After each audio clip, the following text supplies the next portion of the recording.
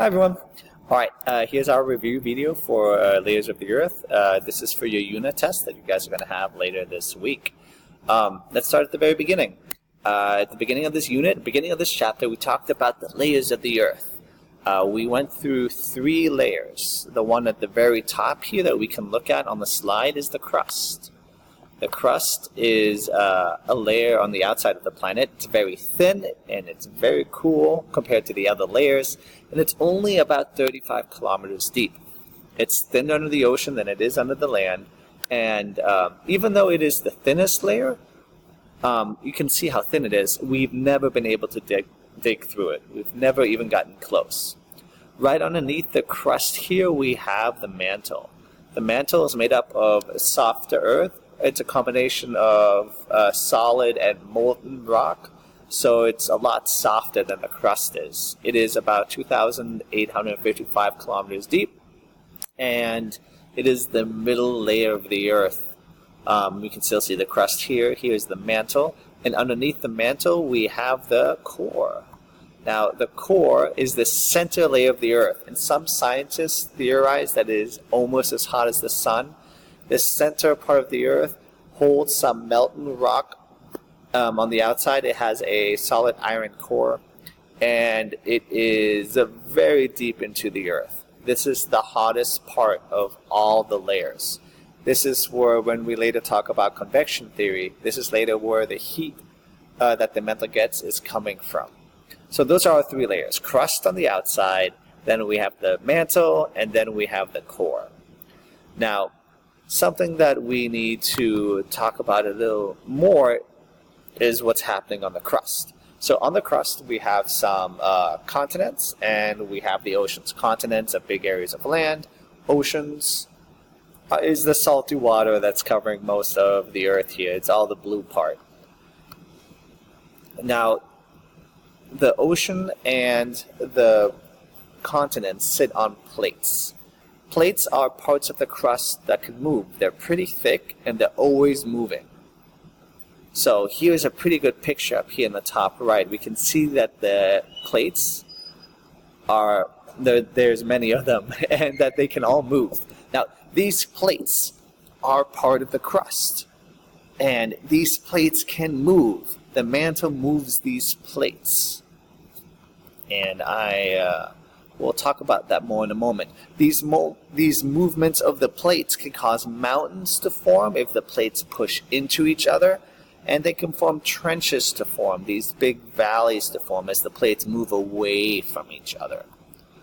Now, this movement of plates has completely changed the way the Earth looked. Once upon a time, the Earth looked a lot different. The Earth had all of its continents shoved together into one place. We call this big continent Pangaea. One of the ways scientists figured out that the continents used to all be touching and together is when they looked at the fossil record. They looked at how old remains of plants and animals were the same on different continents. And then they theorized that maybe these continents were all once touching. So now I've used the word theory at least twice, and it's important for me to explain that theory in science means something different. Theory is not just a guess in science. Theory in science is an idea that has a lot of evidence to support it. So here, theory is an idea that explains how or why something happens, but in science there's always evidence that supports that theory. The theory that I'm warming up to explain here is the theory of plate tectonics. The theory of plate tectonics explains how our plates move, the plates that are part of the crust. The theory of plate tectonics explains how plates move and how that movement makes mountains and makes trenches. Now, the reason why we have movements is that we have a mantle that constantly moves. Remember, anything that is hot is going to rise. Hot air, hot water is going to rise. Anything that cools off is going to come back down. So, heat in the mantle causes the plates to move. Our mantle, these molten rocks, get heated up near the core, and when they get heated up, they push upwards. When they get to the crust, they begin to cool off because they're further away from the core, which is so hot. As they go to the crust, it cools off, and as the mantle cools off, it slowly starts to fall back down to the core. And this movement of the mantle moves the plates, moves the crust that sits on top of the mantle. And this is known as the theory of plate tectonics. The movement of the plates is being caused by the mantle, and that movement of the mantle is called convection currents. I don't think I've said that before in class, but there you go, a new vocab word for you. Now let's take a look at what else we need to talk about. Ah, yes, this picture right here, volcanoes. Volcanoes happen when parts of our molten mantles, some parts of these melted rocks, come out onto the earth. Now, when that happens, we have a volcano, and volcanoes spew out. That means they put out melted rock. Now, if that melted rock is inside the earth, it's going to be called magma. Magma is any melted rock inside of the earth. If we have melted rock outside the earth, that's lava. Now, for these volcanoes, we kind of seen two types, right? We've seen the kinds that just explode, like Mount St. Helens. It's just an exploding volcano. We see volcanoes that are dormant, that don't move. And we've also seen volcanoes that slowly ooze out lava. Remember, ooze means to move slowly.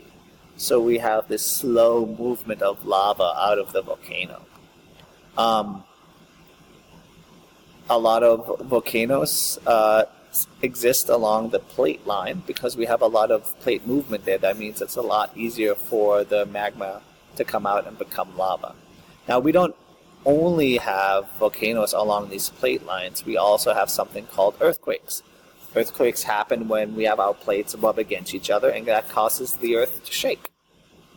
All right, so that's kind of some of the basics of what we've talked about when it comes to just the earth itself. And then we got a little bit more specific. We started talking about the types of rocks that we have.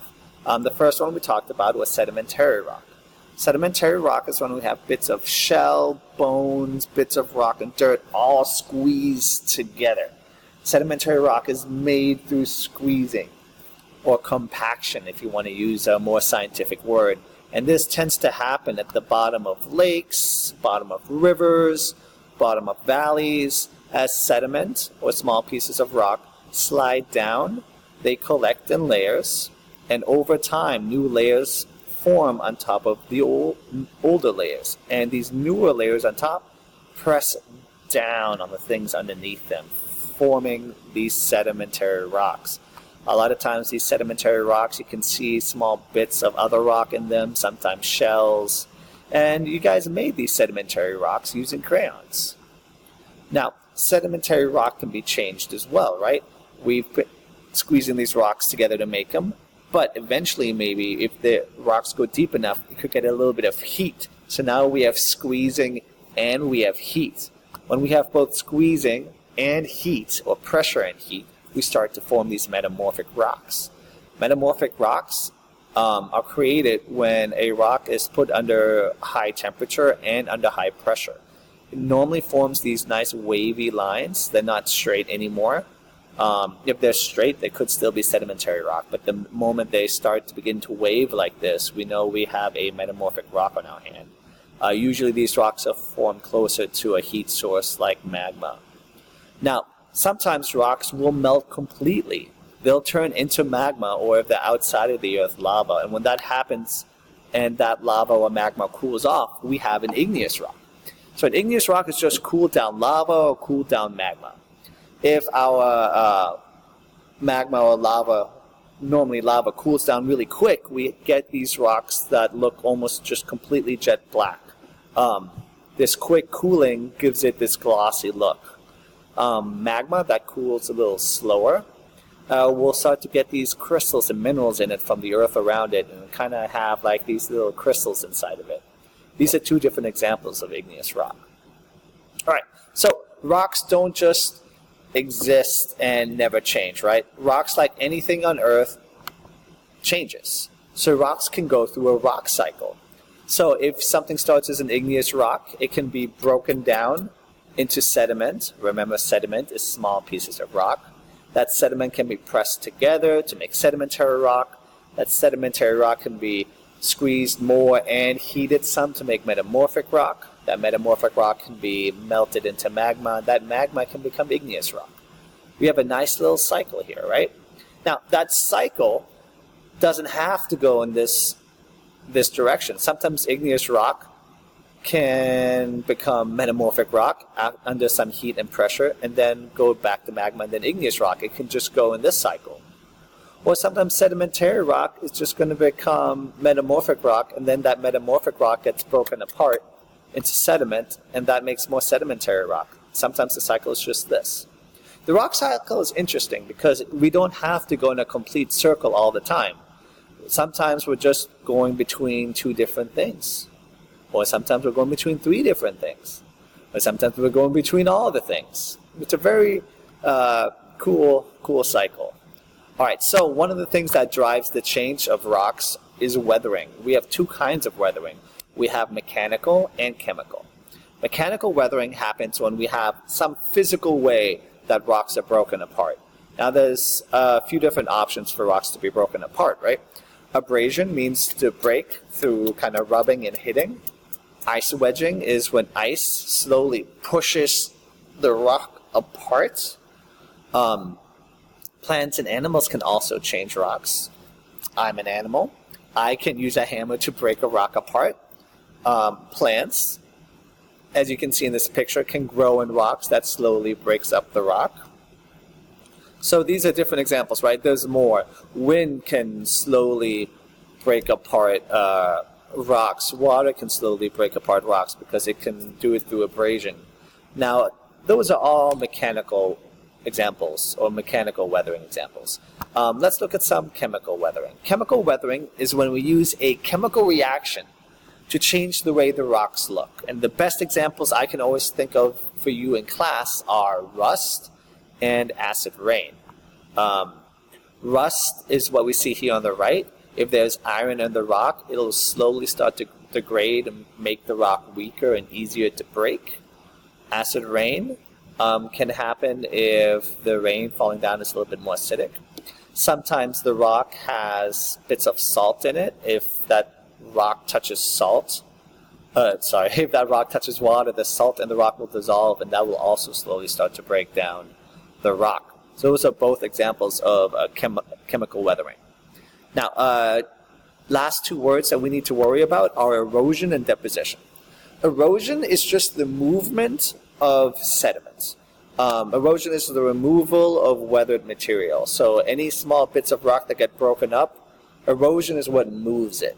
Now, erosion can happen through water, it can happen through wind, it can happen through animals, it can happen through gravity.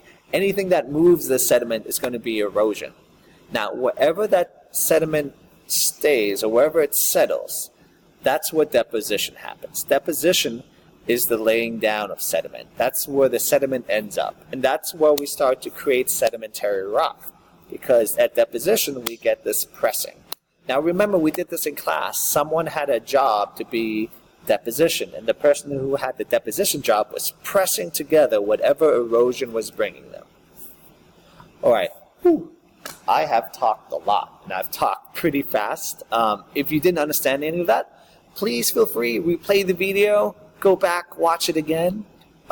If you need to know what to study tonight, you can watch this video, or you can go to your Google Classroom. Your two notes are here. Those are very important to look at. I have two Quizlets for you. You can use these flashcards to review and these flashcards to review. All right, hopefully that helps. Good luck. I'll see you tomorrow for the test. Bye.